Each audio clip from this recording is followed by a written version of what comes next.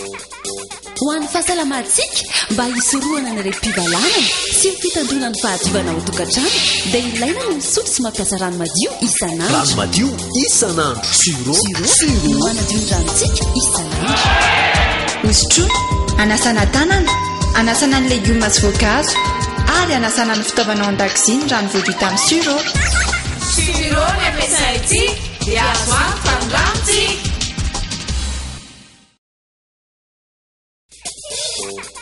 Ho an'ny fahasalamantsika mba hisoroana ny rem-pivalana sy ny fitandrona ny fahadiovana ao tokantrano dia ilaina ny misotro sy mampiasa rano madio isanandro. Rano madio isanandro. Siro manadio ny ranontsika isanandro.